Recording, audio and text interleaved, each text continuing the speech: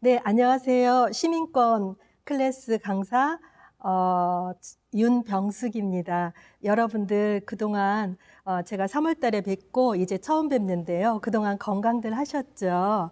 그래서 그동안 혼자서 공부하시느라고 여러 가지 고생이 많으실 텐데요. 제가 조금이나마 보탬이 되도록 오늘 몇 가지 강의를 해드리도록 하겠습니다. 우선 지금 100문제 질문 및 답변이 일부로 이루어지고 앞으로 이제 어디까지 진행될지는 모르겠지만 이 100문제 강의가 다 끝나면 이제 또 N400으로 또 들어가죠. 우리 그동안 줄곧 해왔던 대로 일단 진행해 보도록 하겠습니다. 그래서 오늘은 이제 그 코로나로 인해서 달라진 것들, 그런 것들 몇 가지를 중심으로 해서 시작해 보도록 하겠습니다.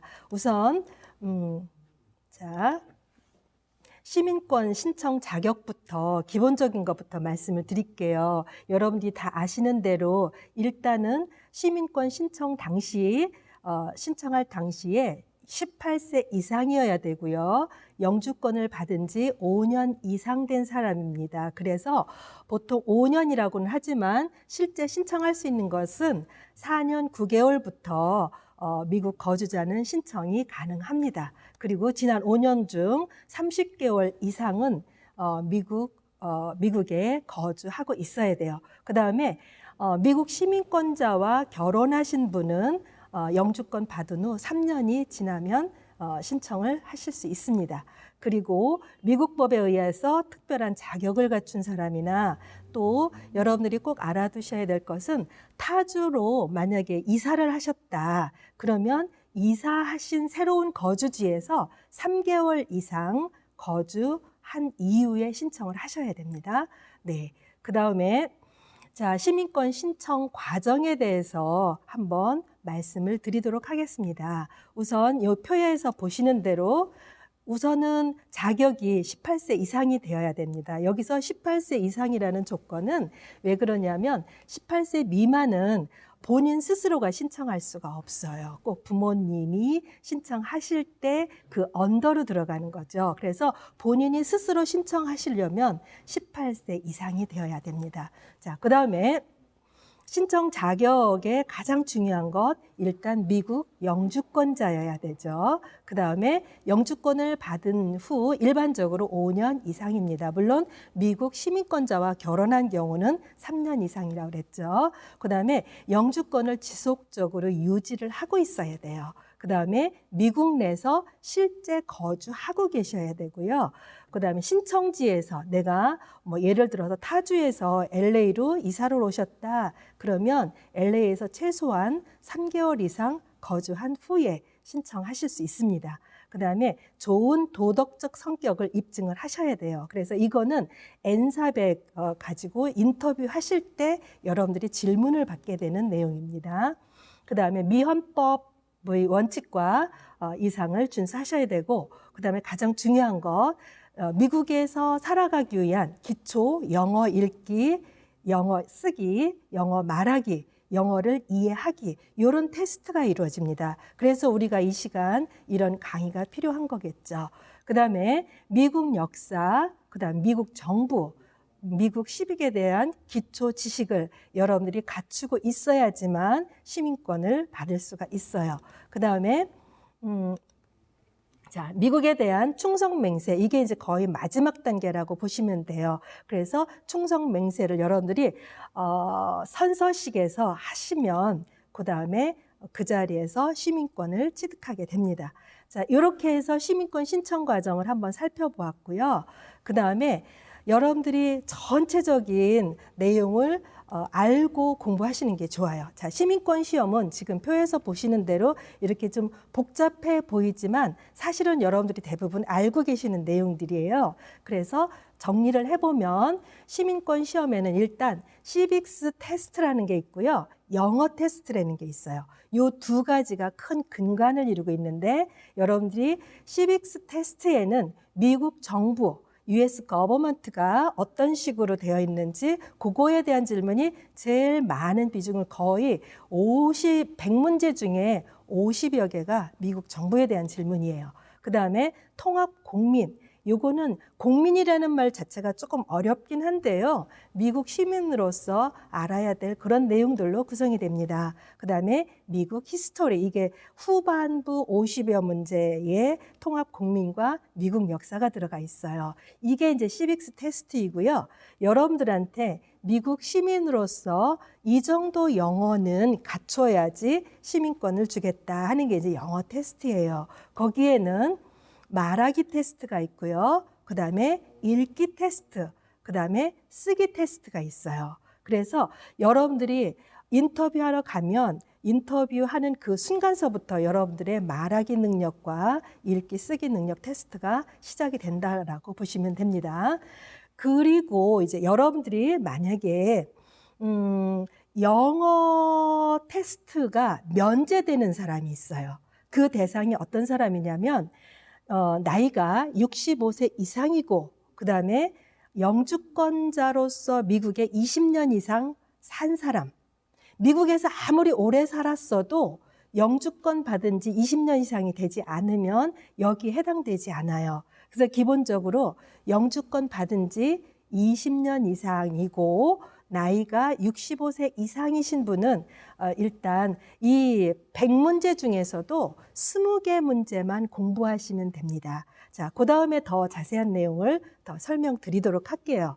자, 영어 시험 면제 조항에 N400에 이런 내용이 있어요. 뭐가 있냐면 영어 시험 면제 조항. 그래서 질문을 하죠.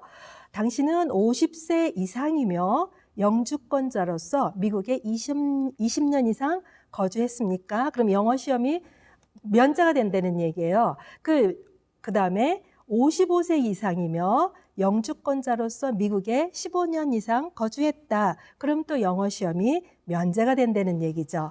영어 시험이 면제가 된다는 얘기는 통역관을 대동할 수 있다는 얘기예요. 한국말로 시험을 본다는 의미예요. 그 다음에 세 번째, 65세 이상이며 20년 이상 영주권자로서 미국에 거주했으면 영어 시험 면제 대상이다. 이제 그런 의미예요. 그리고 통역 참여 자격. 지금 그러니까 코로나가 이전까지는 본인이 통역하실 수 있는 분을 데리고 들어갈 수 있었어요. 그런데 지금은 통역관을 데리고 들어가지 못한다라고 그래요. 그래서 이민국에서 이렇게 전화로 연결을 해줘서 통역할 수 있게끔 그렇게 해준다라고 말씀을 들었어요. 자, 그다음에 달라진 시민권 인터뷰. 이거는 코비드-19 때문에 달라진 내용이라고 보시면 돼요. 그래서 보면 아까 말씀드린 것처럼 통역관을 내가 직접 데리고 갈 수가 없다고 그래요. 이민국에서 뭐 한국어 통역을 전화 서비스로 한다든가 뭐 이런 식으로 대체를 해주는 걸 알고 있습니다. 그 다음에 예전부터 이루어졌던 내용에 이거는 태블릿으로 지금 여기 화면에서 여러분들이 보시는 것처럼 이전에는 페이퍼에다가 사인을 하고 페이퍼를 읽고 페이퍼에다가 쓰고 그랬지만 지금은 이렇게 태블릿으로 하기 때문에 조금 이 태블릿 사용이 익숙지 못하신 분들에게는 조금 불편하실 수도 있어요. 그래서 태블릿으로 읽기, 쓰기, 테스트 및 자기 사인하는 것까지도 태블릿에서 한다. 그런 얘기예요. 그 다음에 심사관이 지금 같은 방에서 인터뷰를 하지 않고 다른 방에서 이렇게 화상으로 할 수도 있다는 얘기예요. 아니면 칸막이를 막고 할 수도 있고 그래서 서로 마스크를 쓰고 하기 때문에 그러지 않아도 우리는 영어가 잘 안 들리는데 마스크를 쓴 심사관이 마스크 쓴 채로 이렇게 말씀을 하시면 여러분들이 더 듣기 어려울 수도 있고 그래서 여러분들의 그 신경이 더 많이 쓰이게 되는 현재 상황이에요. 그리고 인터뷰하는 날, 예전에는 인터뷰하는 날 당신이 패스했다, 패스하지 않았다 뭐 이렇게 알려주고 그 다음에 선서하는 날 다시 편지로 알려주겠다 뭐 이렇게 했지만 요즘은 팬데믹으로 인해서 오스 세레머니라고 해가지고 선서식도 그날 인터뷰하는 날 여러분들이 시험에 합격하면 그날 바로 하는 경우가 대부분이라고 그래요. 그래서 이런 것들이 좀 달라진 내용입니다. 자, 그래서 만약에 여러분들이 그날 직접 시민권을 받게 된다면, 선서식을 하게 된다면 바로 이렇게 맹세문을 하게 돼요. Oath of Allegiance라고 그래가지고 요건 여러분들이 꼭 아셔야 되는데, 물론 이 내용까지는 알 필요는 없어요. 얼마 전까지만 해도 이것을 본인 보고 직접 읽으라고 그랬대요. 그래서 본인이 이거를 영어 공부가 잘 안 되시는 분이 이거를 읽기란 쉽지는 않아요. 근데 요즘에는 그쪽에서 심사관이 대표로 이렇게 선창을 하면 여러분들은 그냥 그걸 따라서 이렇게 읽으시는 그런 형태로 이루어지고 있다고 그래요. 그래서 그래서 지금 여러분들이 보면 알겠지만 이 미국 시민권 선서문을 읽을 때 이런 식으로, 예전에는 이렇게 몇천 명 모아놓고 같이 한 자리에서 선서식을 했어요. 근데 요즘은 팬데믹으로 인해서 이렇게 여러 가지 모양으로 선서식을 하고 그래요. 그래서 여러분들이 시험을 볼 때는, 인터뷰를 하실 때는 물론 상황이 달라져서 다르게 이루어질 수도 있어요. 근데 현재로서는 인터뷰하는 장소에서 제공하는 대로 여러분들이 따라서 해야 된다. 이제 그런 내용이죠. 그래서 요거는 우리 굳이 한국말로 한다면 뭐 이런 내용인데, 요거는 여러분들이 나중에 이 화면을 보면서 그 영어로 길게 된 것들이 우리말로 하면 이런 내용이구나 하고 화면을 멈추고 여러분들이 보셔도 됩니다. 자, 그 다음에 여러분들이 이제 팬데믹으로 인해서 이제 절차가 조금 더 복잡해졌잖아요. 이런 질문을 받을 수 있다는 내용이에요. 뭐냐면 여러분들이 열 체크도 하고, 여러분들이 혹시라도 코비드-19에 대한 어떤 의심 증상이 있을 수 있잖아요.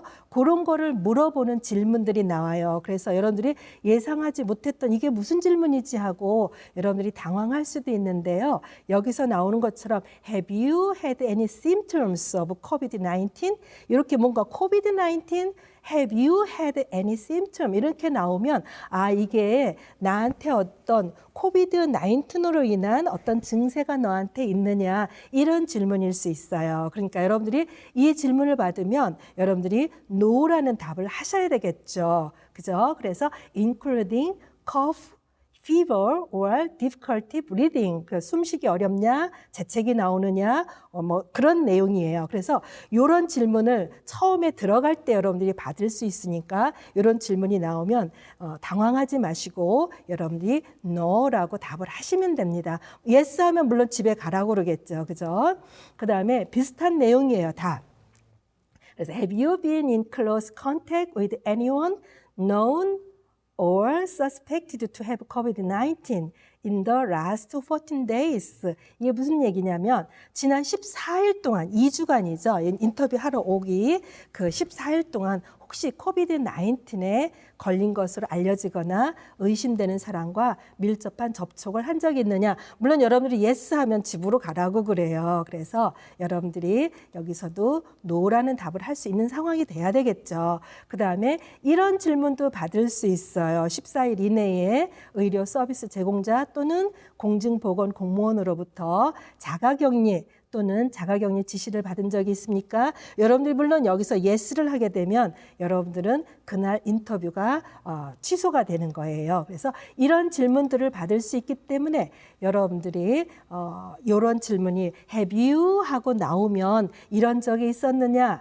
그리고 코비드-19 이런 얘기가 나오면 분명히 못 알아듣더라도 이게 나한테 코비드-19에 관련돼서 너가 거기에 해당되느냐라는 질문이기 때문에 여러분들이 신경을 써서 듣고 아니면 아니요, 네면 네 이렇게 답을 하시면 됩니다. 자, 그 다음에는 시민권 신청 진행 과정에 대해서 간단히 설명드리도록 하겠습니다. 자, 우선 여러분들이 신청서 작성해서 우편으로 발송을 하게 되죠. 그리고 여러분들은 이 과정 중에 어느 중간 지점에 있을 수도 있고 아직 시작을 안 하신 상태에 있을 수도 있어요. 그래서 여러분들이 서류 접수가 됐다는 통지서를 받게 되고 그다음에 지문 날인 날짜 통보를 받습니다. 그러면 그날 가서 여러분들이 지문을 찍어서 여러분들이 백그라운드 체크가 이루어지고 그다음에 인터뷰 날짜가 잡히죠. 그다음에 인터뷰 날짜가 잡히면 인터뷰 시험에 여러분들이 참가를 하시면 돼요. 근데 인터뷰 시험 참가를 하고 일반적인 진행 과정은 이런 식으로 이루어져요. 근데 지금은 이 코비드 19 때문에 인터뷰 시험에 참가하는 날, 이날 선서식까지 다 하고 여러분들이 시민권 증서까지 받고 그런 시스템으로 지금 바뀌었죠. 이게 그러니까 지금 제가 말씀드린 것은 일반적인 진행 과정은 이렇게 이루어진다. 이제 그걸 말씀을 드리는 거예요. 그다음에 인터뷰 시험일 날 여러분들이 지참해야 될 서류들이 있어요. 사진에 여러분들이 먼저 사진으로 보여드렸지만 꼭 필요한 것은 여러분들의 신분증, 그것도 꼭 원본으로 영주권 카드, 그다음에 소셜 카드, 여권, 물론 한국 여권이겠죠. 그다음 운전면허증 또는 여러분들이 다른 뭐 가지고 있는 아이디가 있으시면 그걸 꼭 가지고 가셔야 됩니다. 그다음에 세금 보고를 하셨으면 세금 보고 서류, 그다음에 시민권 신청 서류 N400이라고 여러분들이 처음에 신청서 내는 게 있어요. 그 서류의 복사본을 여러분들이 가지고 있을 거예요. 그 복사본을 여러분들이 지참하고 가시면 혹시라도 여러분들이 인터뷰 하다가 내가 어떻게 썼지라고 생각이 안 날 때 그 심사관한테 제가 좀 잠깐 이걸 봐도 되겠습니까 하고 양해를 구하고 여러분들이 보고 답변을 할 수도 있다고 그러죠. 그렇기 때문에 여러분들이 시민권 신청 서류 N400 이거 낸 거 카피본 꼭 가지고 미리 한번 검토해보고 가시면 좋습니다. 그다음에 여러분들이 기타 증빙 서류들 뭐 여러 가지 있을 수 있어요. 뭐 가족관계 증명서라든가 여러분들이 N400에다 썼던 내용들에 대해서 보충할 만한 서류들은 다 가지고 가시는 게 좋습니다. 자, 그다음에 시빅 테스트의 이제 전체 구성 여러분들이 100문제가 이렇게 구성이 되어 있어요. 파트 1은 미국 정부에 대해서 American Government에 대해서 되어 있고요. 파트 2는 통합 공민이라고 해서 Integrated Civics 이런 식으로 돼 있죠. 그 다음에 파트 3는 미국 역사 이렇게 세 가지로 구성이 돼 있습니다. 자, 그래서 이제부터는 여러분들한테 미국 정부에 대한 질문, American Government 이 질문이 굉장히 많아요. 그래서 여러분들에게 제가 요거에 대한 전반적인 내용을 문제에 들어가기 전에 설명을 좀 드리도록 하겠습니다. 그래서 이 설명 속에 사실 문제에 대한 답이 다 들어있어요. 그래서 지금부터 제가 드리는 이 설명을 자세히 좀 들으시면 좋겠어요. 자, 미국 정부는 이렇게 세 가지 브런치로 돼 있어요. 자, 뭐가 돼 있냐면 행정부와 입법부와 사법부 이렇게 세 가지 부서로 이루어져 있죠. 그래서 그다음에 미국 정부에 대한 기초를 보면 헌법은 미국 정부의 최고의 법이에요. 그다음에 헌법은 개정될 수 있죠. 지금까지 몇 번 개정이 돼 있냐면 27번. 그래서 그 개정된 27개의 조항을 우리가 이제 볼 수 있는데 그 중에서 첫 번째서부터 10개까지의 조항을 우리가 아멘드먼트라고 얘기를 하죠. 헌법 개정을 아멘드먼트라고 얘기를 하는데 그 중에서 또 다음에 말씀드릴게요. 미국 헌법은 지금까지 27번 개정이 되었고 이 중에서 10번째까지 1번서부터 아멘드먼트 1서부터 아멘드먼트 10까지를 권리 장전이라고 얘기를 하죠.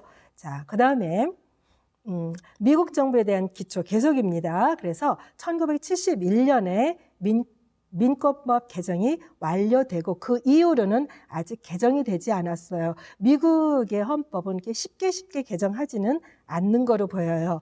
여러분들이 지금 시민권 100문제를 하는데 뭐 이렇게 인트로가 기냐 이렇게 말씀을 하시겠지만 그렇게 생각하시는 분도 있겠지만 이 인트로 과정 속에 문제에 대한 답이 들어 있어요. 자, 그래서 권리장전은 국민의 기본 권리를 부여하는 기본 권한으로서 매우 중요하기 때문에 시민권 시험에서 이 부분을 다루는 거예요. 그래서 첫 번째 개정은 그 안에 아멘드먼트 1에 5개 미국 시민으로서 가질 권리 또는 자유가 이 속안에 들어있어요. 그래서 우리한테도 익숙해요. 스피치, 릴리전, 어셈블리, 프레스, petition the government. 그래서 이건 굉장히 중요한 거기 때문에 시민권 시험 문제 속에 꼭 포함이 되어 있습니다. 그래서 저의 인트로가 좀 긴데 여러분들이 길다고 생각하지 마시고 제 인트로 과정을 살펴보시면 저게 100문제 속에 굉장히 많은 부분을 차지하고 있구나 이렇게 이해를 하실 수 있습니다. 자, 미국 정부에 대한 기초를 먼저 보고 넘어가죠. 자, 미국의 헌법 개정은 상원, 하원의회에서 각각 3분의 2의 찬성을 얻어 발의할 수 있어요. 즉, 미국의 모든 법률은 미국의 의회, 곧 컨그레스에서 제안하고 이 뽑힌 것들이 대통령 사인으로 완성이 된다. 이건 기초예요. 그다음 미국 정부에 대한 기초를 보면 미국 정부의 형태는 연방정부와 주정부와 지방정부가 있죠. 그리고 미국 정부는 아까 처음에 말씀드린 것처럼 입법부, 행정부, 사법부로서 3권이 분리되어 있어서 항상 그 밸런스를 유지를 하고 있어요. 자, 이것도 이제 앞으로 계속 반복되는 설명들인데요.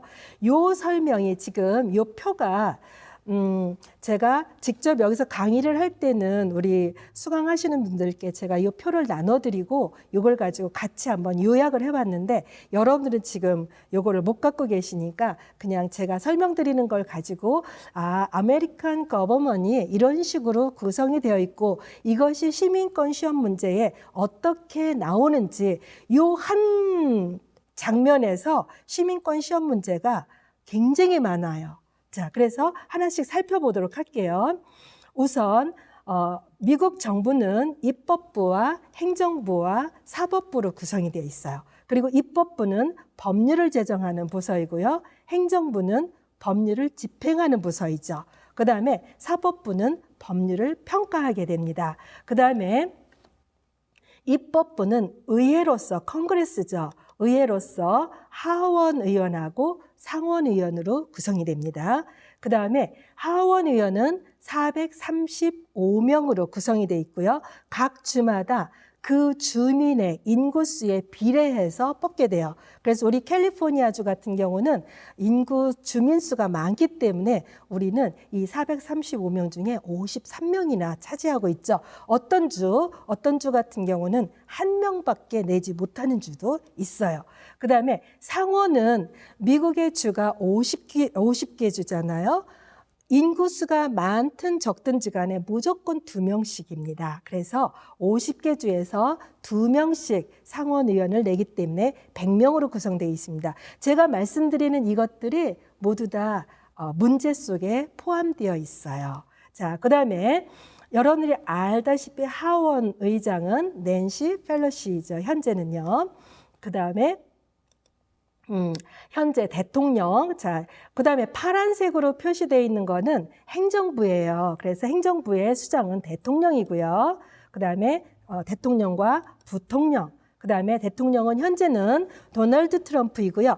여러분들이 자, 부통령은 마이크 펜스인데 지금 이제 선거철로서 지금 새로 정부가 바뀌니까 대통령이 바뀌는 시점이기 때문에 여러분들이 항상 인터뷰를 하시러 가실 때는 그때 반드시 확인을 하셔야 돼요. 여러분들이 공부한 거 가지고 그냥 가시면 안 됩니다. 그래서 내년에 새로 대통령이 취임되기 전까지는 여러분들이 요거를 공부를 하지만 취임이 끝난 이후에 인터뷰를 하시는 분은 그 취임에 따라서 여러분들의 답이 달라지는 거예요. 그래서 이 시민권 문제 100문제 속에는 그렇게 시사성이 있는 문제들이 있기 때문에 여러분들이 인터뷰를 가실 때는 꼭 그거를 확인하셔야 돼요. 이것도 같은 내용이에요. 그래서 하원의장이 누구냐? 그다음에 현재 대통령이 누구냐, 부통령이 누구냐, 그다음에 뭐 대법원장이 누구냐, 뭐 이런 이름들, 민감한 이름들은 여러분들이 반드시 인터뷰를 하러 가실 때 그 당시 것을 체크업을 하셔서 거기에 해당되는 거로 가셔야 됩니다. 그다음에 현재 미국 대통령의 임기는 여러분들이 알다시피 4년이고, 자, 그다음에 하원 의원의 임기는 2년입니다. 그다음에 상원 의원의 임기는 6년이죠. 이게 다 여러분들 그 시민권 100문제에 나오는 내용들이에요. 그래서 제가 시민권 강의를 여기 이 자리에서 우리 수강하시는 분들하고 같이 수업할 때는 제가 이 표를 나눠드리고 여기에다가 이 내용을 다 메모하셔서 이 표만 가져도 미국 정부에 대한 답변이 굉장히 많이 이루어져요. 굉장히 중요한 거거든요. 그래서 여러분들이 나중에 뭐 스크린샷으로 이렇게 남겨서 공부하셔도 좋습니다. 자, 그다음에 사법부는 대법원으로 구성이 되어 있죠. 그래서 사법부에서는 법률을 평가하는 것이고, 현재 대법원장이 누구냐면 존 로버츠예요. 그래서 이것도 이제 여러분들이 다 여기에 나오는 내용은 다 여러분들이 시민권 100문제 속에 있는 답이에요. 여기 답이 다 이런 식으로 돼 있어요.